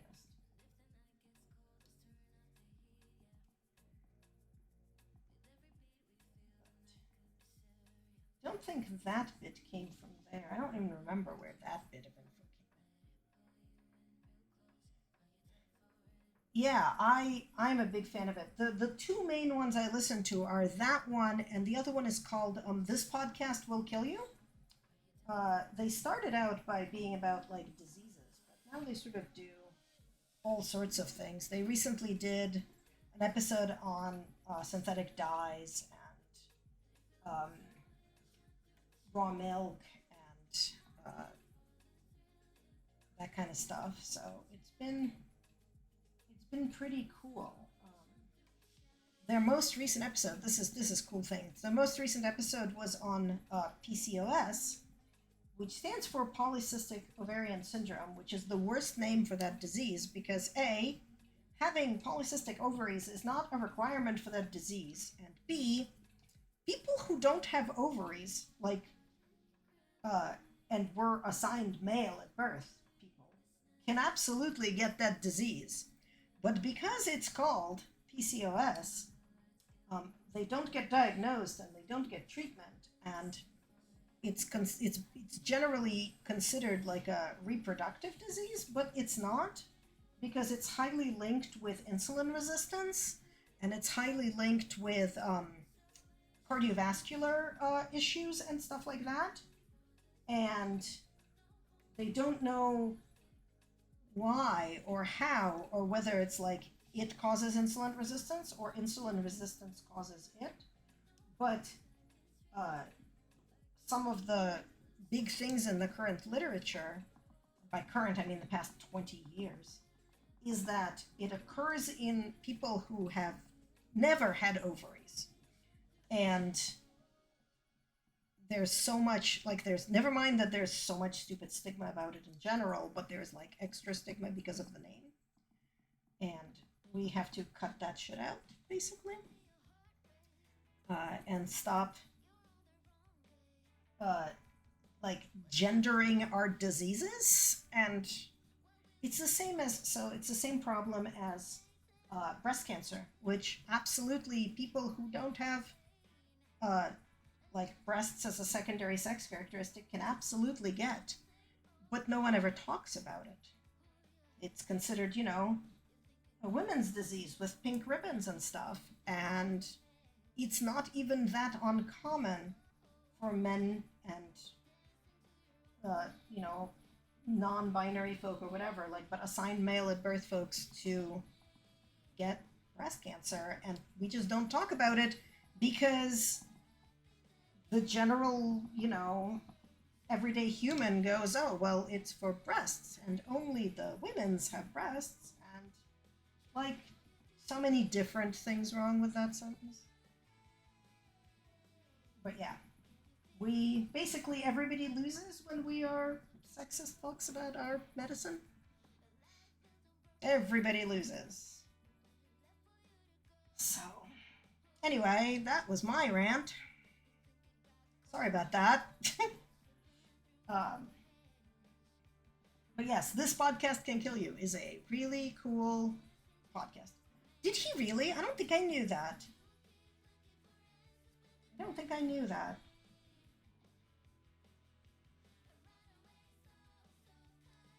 His TV show was one of the ones that my mom got to be on. When I was a teenager, my mom worked for a company, a little tiny startup company called the Alma Society, um, and it was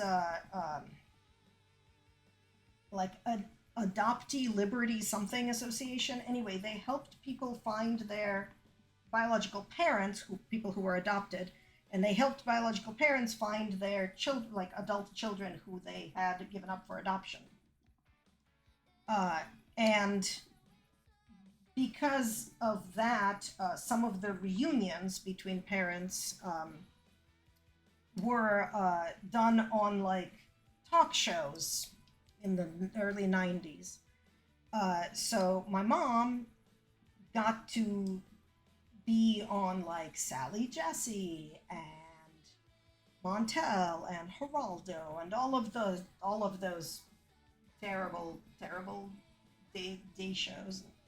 Donahue and something else too. I don't even remember all of them, but they did a couple of reunions on the various shows, so it was pretty neat. And all she got to do was like help out, right? Like her boss represented the organization, and she was just a second person to like help do stuff. Maybe one. I don't even remember.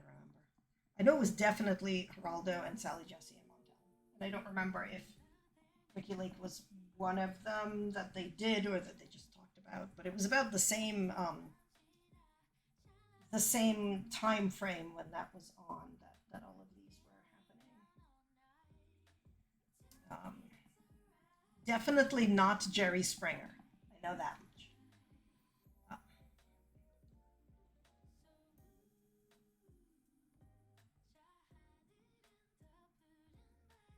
I never heard that about Montel. That's, I mean, like, it's not cool, but like, yeah, like her boss was very big into like any publicity is good publicity, but the other one who did a lot of paternity, that's, I thought that was Jerry Springer that did a lot of the paternity. Oh, did Maury do paternity tests? I don't remember. Yeah, so these were like they weren't about the tests. This was like because of legal things, right? Like you have to have, like, both parties have to be looking and have to want to be found, right? So like it's a surprise because they're, you know, meeting on national television, but it's not like haha, you are secretly the father of this baby. Like, people want to be the father of the baby, sort of thing. I don't know very much about Maury. I know Jerry Springer is the show where everybody like punched each other on the show. Um, but yeah, it was like a much more positive sort of thing than like we made these three guys have paternity tests because nobody knows who's the father of this woman's baby, and now they're all gonna punch each other in the nose because it's not the person who thought it was. I don't even know. This was much more of like a, tearjerker moment, kind of been searching for you my whole life sort of thing. So at least it was a little bit more positive and a little bit less, I don't know what even is the word, like, not sitcom, but like, you know, reality TV nonsense kind of thing.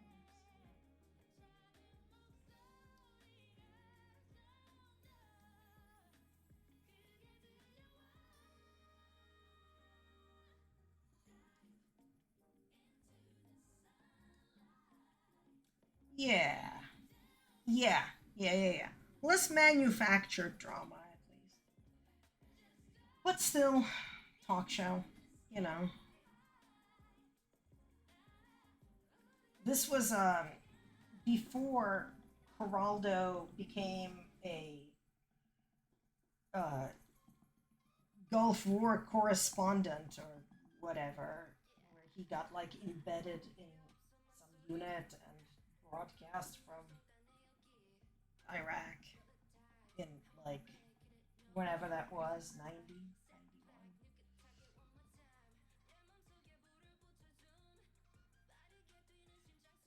91. Was wait, Celtic Lass was the sister-in-law the mom or the teen went through all her clothes and picked things for her to wear? Okay, so like it wasn't even clothes that she like actually wore. I don't know. I don't understand. I You have to apply to be on that show, right? Like they don't just spot you on the street and go like you dressed like a teenager. All the show and script. Yeah. Okay. I Okay, but why? Why did she want to be on on that show? Like in a non-positive kind of like, I guess fame, maybe money. Do they get paid? They get paid for it. Like at least the my mom's boss, like this was publicity for their organization, right? So, like at least it makes sense why like they want to do it. Free trip. Okay. Yeah, I think the folks getting reunited got a free trip and free hotel stay and some money for doing it on the show, and obviously the company got, you know. Thank you for following. Yeah, I guess some people like that kind of attention. I would be dying of the attention, I think.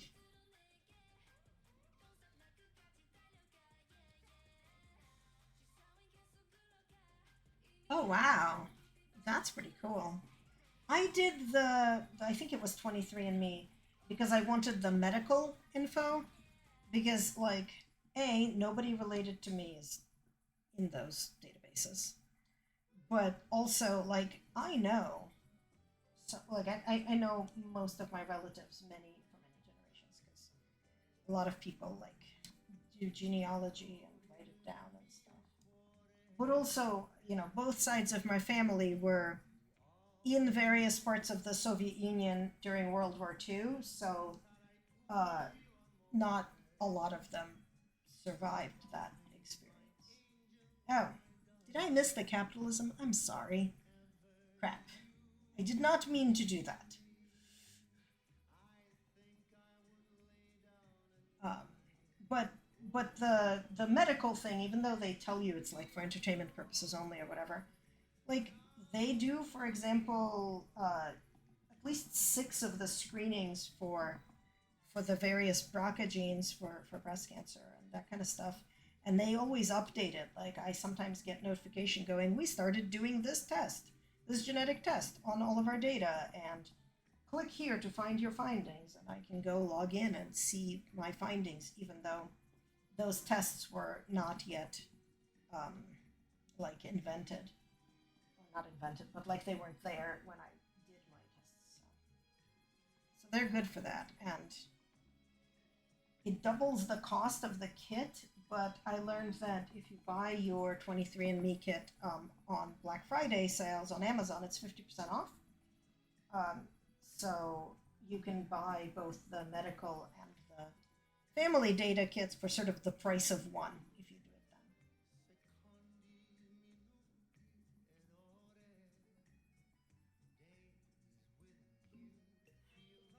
Oh my God! Ah, stop!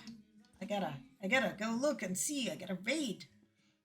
Oh no! Scroll, scroll, scroll. Where is it? There it is.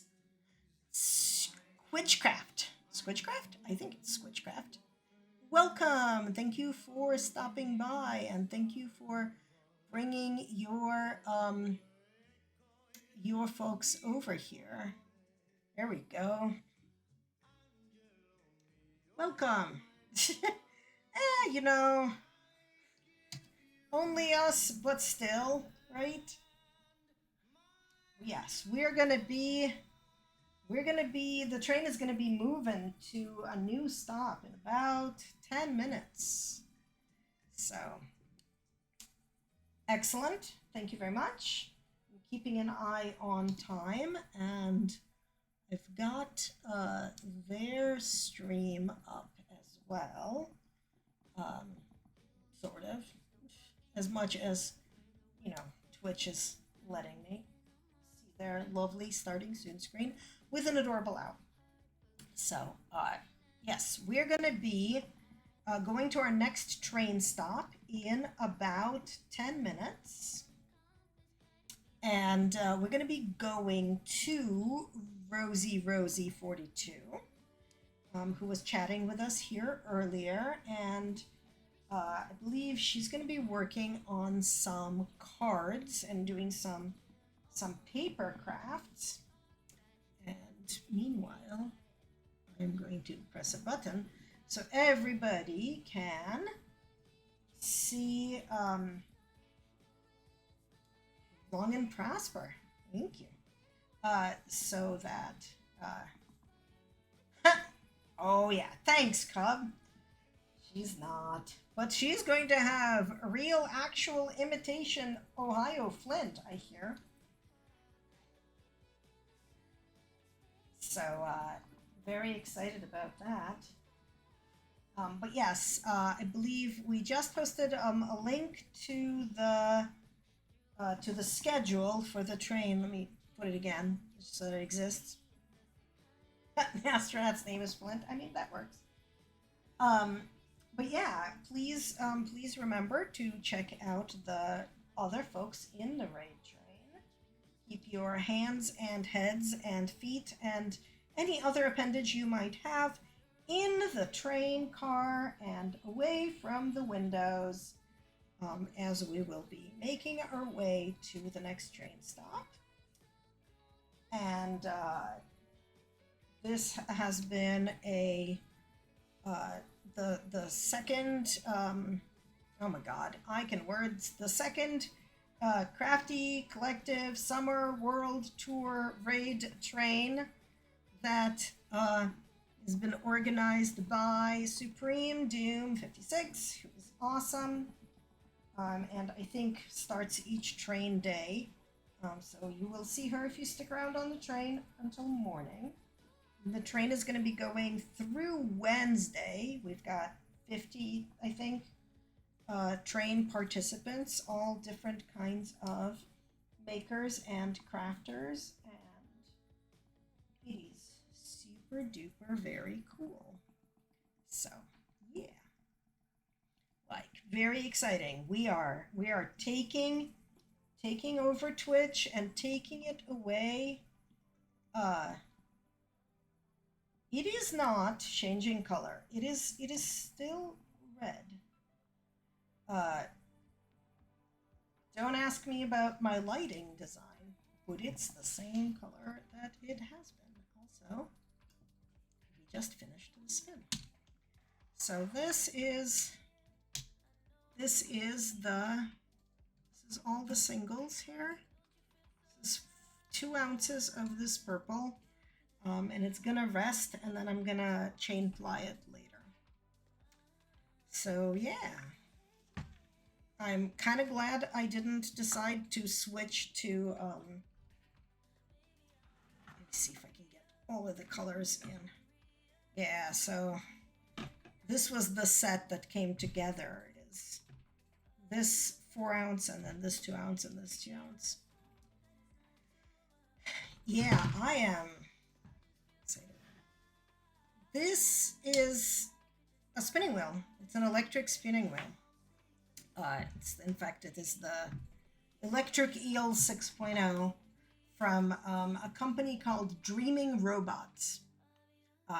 And if you're familiar with science fiction, you know that that's a reference to Dreaming Robots design and Philip K. Dick's story, Do Androids Dream of Electric Sheep, which is what Blade Runner, the movie, is actually based on. Anyway. Yeah. There's winders, but this is for spinning. This is a spinning wheel, right?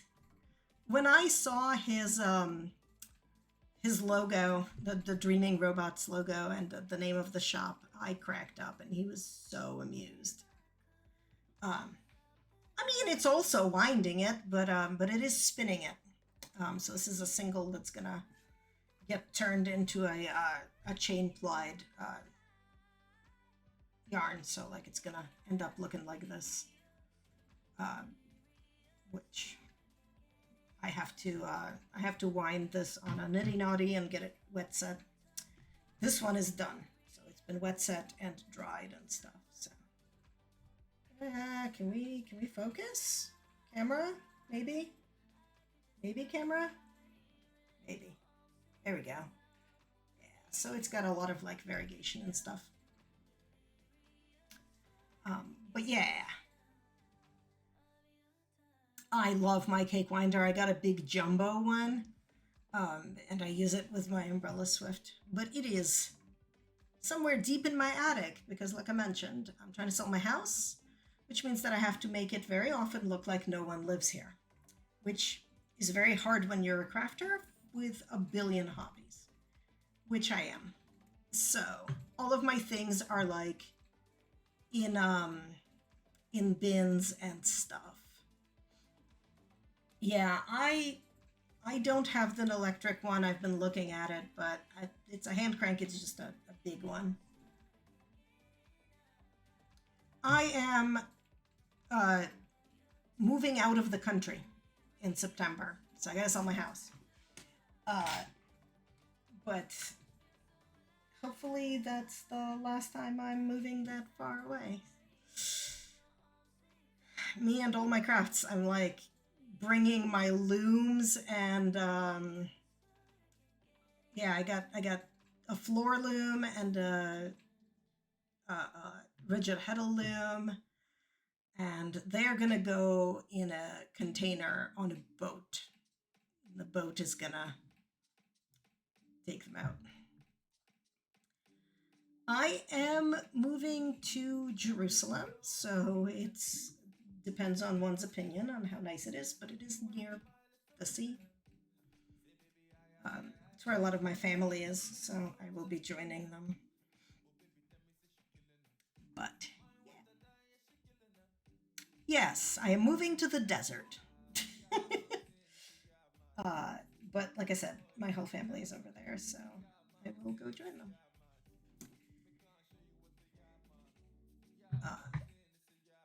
It's It's gonna be a trip because I'm taking a bunch of suitcases with me, and then all the rest of my crafting stuff is gonna come on a boat.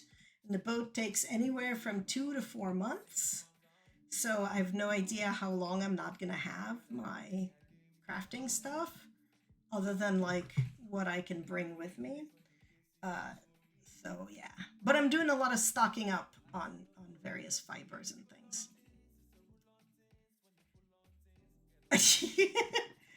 Well, it's a rocky desert, which at least helps with that.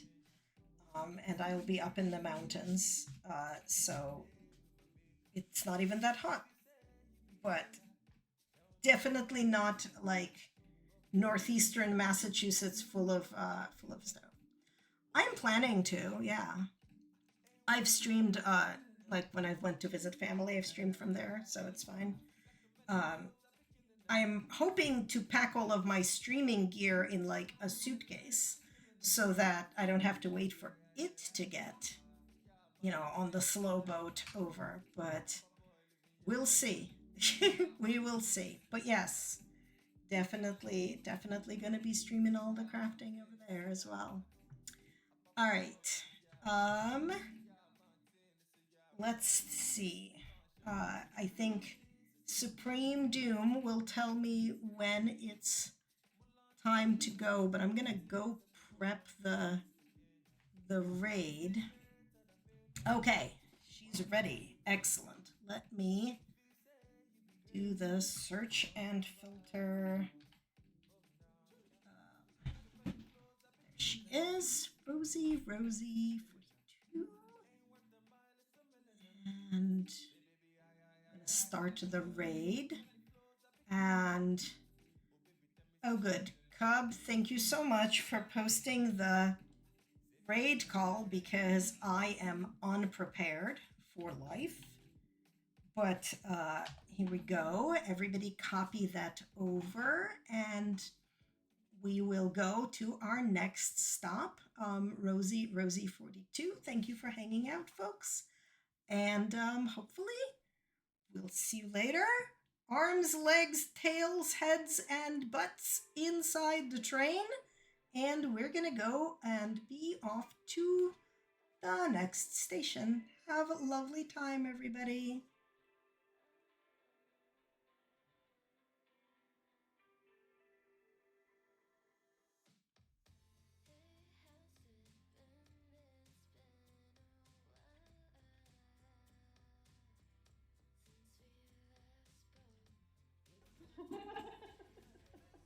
Wow, I had no idea you were coming here. What a surprise.